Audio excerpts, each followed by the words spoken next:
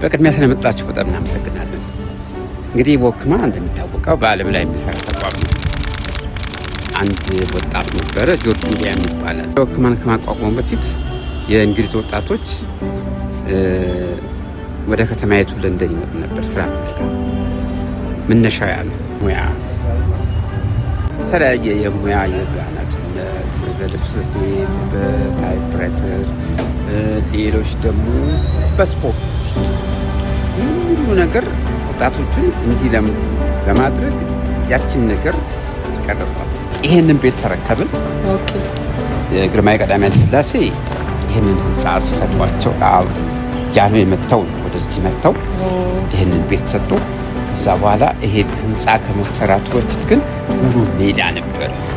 ዛሬ ላይ ይሄ ዘመናዊ ህንፃ ሜዳ የምታዩት በመጀመሪያ ላይ የመረብ ኳስ፣ የቅርጫት ኳስ የመጫወቻ ሜዳ ነበር። በ1966 ዓ.ም የቆመ ያ ባለ ቅርጫት ኳስ ብረት አለ። እዛ ጋር ቆሞ እዚህ ሜዳ ላይ ነበር። ይሄ ሜዳ በትልቅ አቡጀዲ ተወጥሮ ወጣቱ፣ ህጻናቱ ሁሉ ነበር። አንቱ የተባሉት ልጆች ውጤታማ ያሉት እና ከፍተኛ እስከ ፌመስ የሆኑ ሙዚቀኞች፣ የቲያትር ባለሙያዎች አሉ። እነዚያን ሁሉ ያገኘናቸው ከዚህ ከወክማን ያወጣናቸው። መላው ዓለም ላይ ወክማ በአጠቃላይ ቅርንጫፎች ነበሩት መሰረት 25 ቅርንጫፎች ነበሩት በቀዳማዊ ኃይለ ሥላሴ። እና ይሄኛው ቤት የምታየው የድሮይንግ የሚማሩበት ነበር። ቀደም ሲል እዚህ የብረታ ብረትና የእንጨት ስራ ማስተማር የድሮይንግ የሚማሩበት ነበር። ይሄኛው ክፍል እንደምታየው ይሄን ነበር የብረታ ብረት መስሪያ። የብረታ ብረት ማሽን ነበር። እኛ ደግሞ ክፍል የእንጨት መስሪያ ሞር ማምረቻ ነበረ፣ ማሽን ነበረው።